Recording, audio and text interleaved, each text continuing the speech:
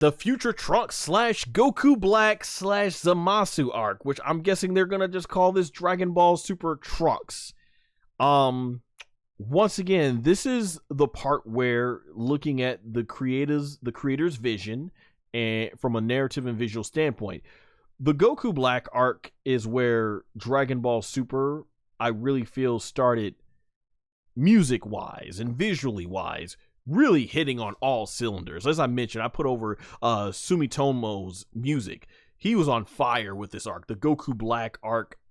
Music, the way this whole arc opened up, good stuff. If they're gonna go ahead and remake this and everything, so that was on fire. The animation was good. Like, this is where I think, like I said, Sheeta came in with that amazing banging animation of Goku versus Goku Black and Zamasu. So animation was firing, the music was firing. Heck, even the way this arc started out was fire. So there was a lot of really good stuff working here. This is when they started doing a lot better animation schedule with the Resurrection F arc. I mean, not with the Goku, with this portion of Dragon Ball Super given to Goku Black.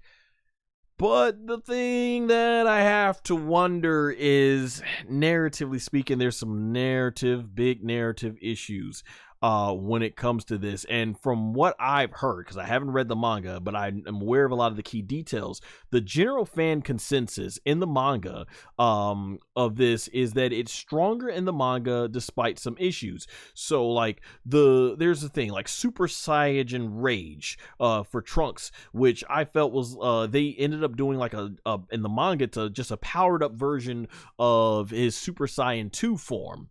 And then there's Goku unlocking a new Super Saiyan Blue form that lets him do the Hakai energy, and Zamasu towards the end, he's multiplying into like a massive army instead of the anime's fusion path that they ended up doing. And I also even heard the SS3 Goku and Trunks fight, like that's more grounded in the manga, but the ending of course stays the same with that, with Trunks and Mai heading to a new timeline where they got counterparts and stuff, which is still one of the most controversial moments. Like I took a whole snippet from my Dragon Ball Sparking Zero live stream and made my whole issue with this whole arc and everything, and the issue around that, the way that story ended.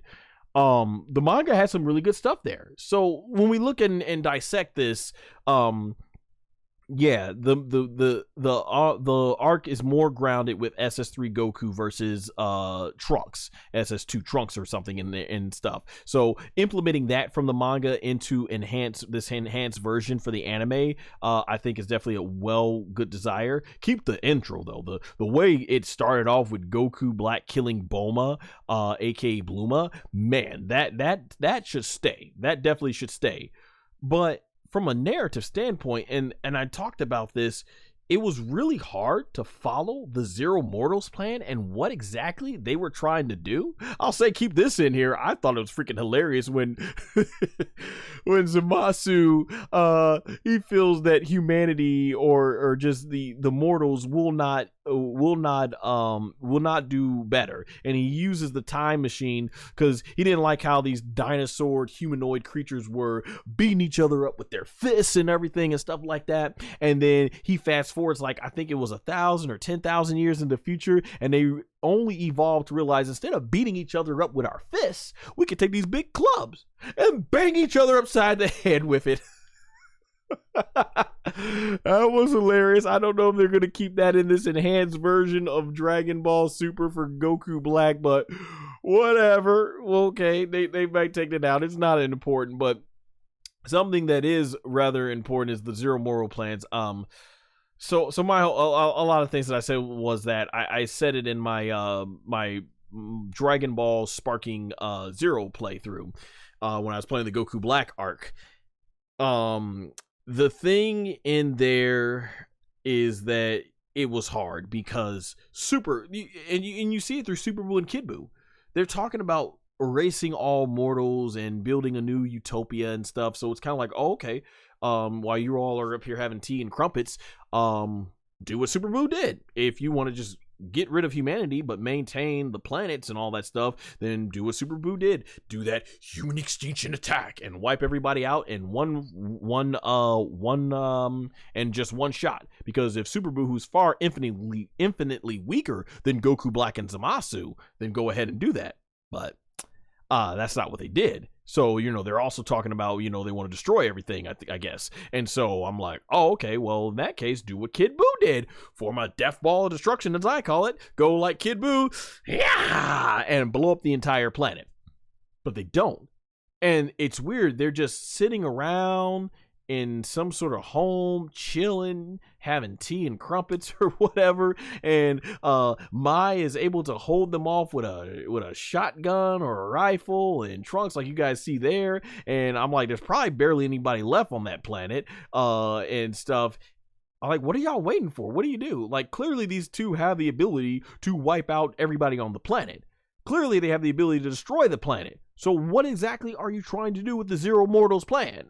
And it was just really hard. And then to understand where they were coming from, and then the constant going back and forth. Goku and Vegeta, they go back, get their butts kicked, go back to the present. They come back again, get their butts kicked, go back to the present. Maybe we should train, go back there and get our butts kicked. They come back, okay, let's use the Mafuba, aka the electronic jar.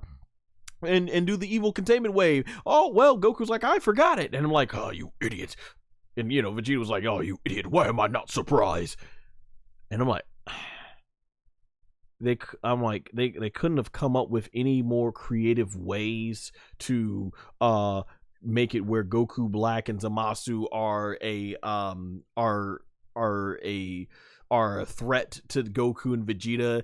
It's like, it just felt like they were dragging their feet with it so much in the anime. And I'm guessing maybe it's not like that in the manga, so I'll look forward to reading that. But it's like, yeah, it's like, I'm just sitting here watching it in the anime, and it's like, all right, Goku and Vegeta just keep getting their butts kicked before they decide to finally go in the Room of Spirit and Time, aka the Hyperbolic Time Chamber, and actually train.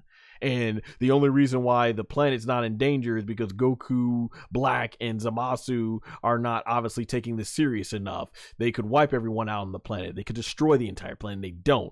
So, if anything, and like I said, we don't know how much of this with Toriyama was involved with or not, because he only gave them very basic outlines. There needs to be much better structure to this, definitely, from a narrative standpoint. And then another big epic moment, and a lot of people will probably say, change those future the Potara earring fusion retcon. I personally say keep it. I did a whole nother video talking about why I like it from my Sparking Zero live streams. I love the fact that we finally got clarity on why Vegito split inside of Super Buu when he was inside of Super Buu's bean and stuff and everything. So I like that. But I'm like, once again, Vegito was not in Toriyama's notes. We do know that. That was an anime exclusive because they wanted to really capitalize on the attention and the hype, and it definitely was hype when Vegito got there. But even the way they did the design just kind of felt sort of like a lazy in a sense, because they just recycled Vegeta's old armor of old design, which would have made sense because Vegeta was wearing the blue, more martial arts clothes. Goku was wearing the orange gi, and so they just basically made the orange gi and flip and inverse the colors like blue and orange. So it made sense why Vegito had that in the manga. That totally, absolutely made sense. But then it's like when they got to the Super, why didn't they take the time to make the design? It's like, it's last minute. Let's just add Vegito in there. We'll just redesign the same, recycle the same design and make it blue. I would have loved it if you could have kept the bottom half, keep his pants the same, but instead give him the armor. That would have looked awesome. The armor on Vegito, and then I'm like, boom, that would have been great because that's what the Potaro earring fusion is supposed to be, like a fusion of both clothes, I guess. I mean, I guess it wouldn't that way with the Elder Kaioshin and the witch that he fused with, but it is what it is there. So yeah, stuff like that needs to be changed. No explanation for the Super Saiyan Rage form. Get that out of there. We don't need that. And I thought it would have, if they would have just, because that's the thing, this whole arc in the anime at least lacked a lot of explanation.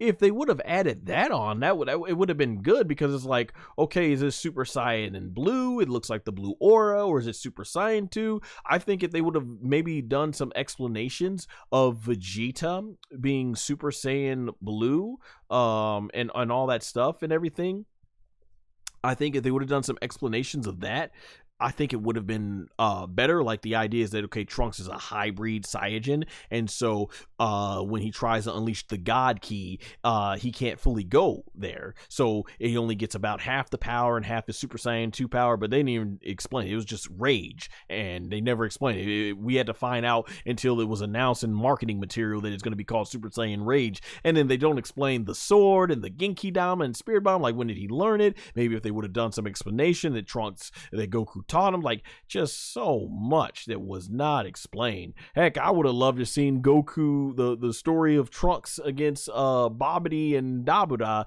aka Dabura, and how the Supreme Kai, aka the East Kaioshin, helped him out there. But I think they go more in detail on that in Dragon Ball Z Kakarot, so I'm looking forward to playing that. So yeah, there was just so much that made this arc hard. Like, I was like, I should have been getting hype, but it was explaining, and I said what I said. It felt like the Future Trunks arc, they just added a bunch of stuff that made you go, wow, cool, and just check your brain at the door, and you'll just be like, cool. But then when you start trying to dissect this stuff, it's like, how's this making sense? Like, man, and not everything has to be that deep in Dragon Ball, but come on, a little explanation on some of this stuff. And then, of course, the ending with Zeno. Oh man, yeah, that needs to go. But it was in the manga apparently, because having Zeno wipe out the entire multiverse, like, it's cool to know that, okay, that's how strong Zeno is, and that he's stronger than the entire, and it's something that I think could have been stated, just so that we know he has the ability to do it. But that just ending came out like, okay, so no matter how bad it gets, and it got as bad as it could possibly get with Zamasu's body getting destroyed, but his immortal essence taking over the entire multiverse, well, just push your Zeno button. Zeno's got you. I got you, my dog. Goku's like, hey, you got a favor for me, dog? And he goes like, I got a favor. Oh, I can't even do Zeno's voice. I got a favor for you, dog. And then he erases everything. Yeah, it just took all, and thankfully all the stuff that followed afterwards, the Dragon Team, aka the Z Fighters, won on their own. But man, that was such a whole thing of realizing, so it can get as worse as it can get, and Zeno can just save the day, and that just wiped out all the tension that we needed. So yeah, as y'all could tell, man, the Goku Black Zamasu arc, Future Trunks arc, whatever you want to call it, had a lot of issues, and I would love to see those taken care of. But I think they're going to probably they're probably going to just follow more of what the manga did. Yeah, I would love to see SS Blue doing that Hakai part. That would be cool. Oh yeah, Trunks and Mai got to go to another timeline where they're okay with existing with another Trunks and Mai. Like, I would have seen maybe do something that factors into Dragon Ball Super, or what happened in the Dragon Ball Online, where they made Trunks meet the Supreme Kai of time, and he has to make up for his sins of time traveling that way and stuff by becoming a time patroller. So yeah, it's just so much wrong with that from a narrative standpoint. So it ain't the animation, it really need to be as enhanced as so much it's the narrative of the story. And this goes tying into Dragon Ball Sparking Zero. Those of you who have watched my Dragon Ball Sparking Zero live streams will know this too.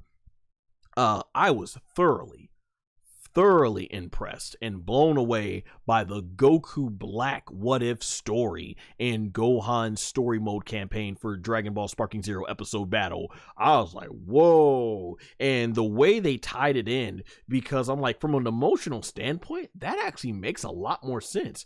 Tying Zamasu taking Gohan's body, and it means so much for Trunks to have to fight his mentor visually, but realizing that that's not his mentor inside, that is Zamasu.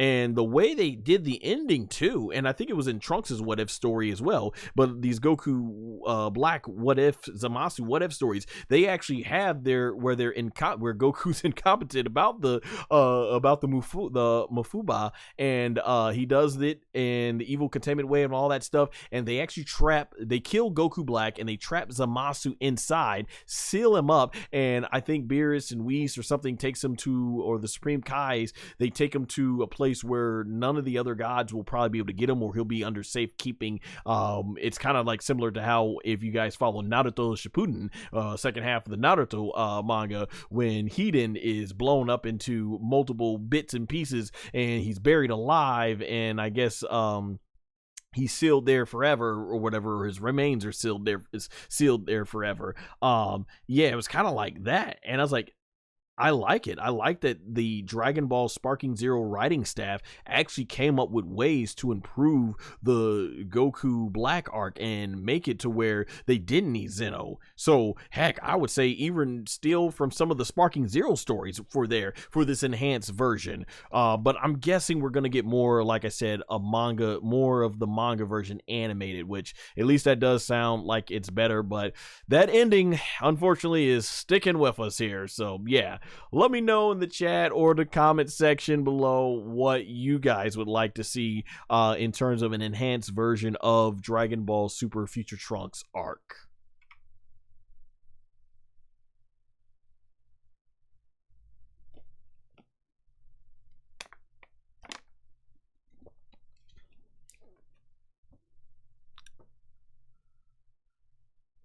Now we get to the Tournament of Power arc.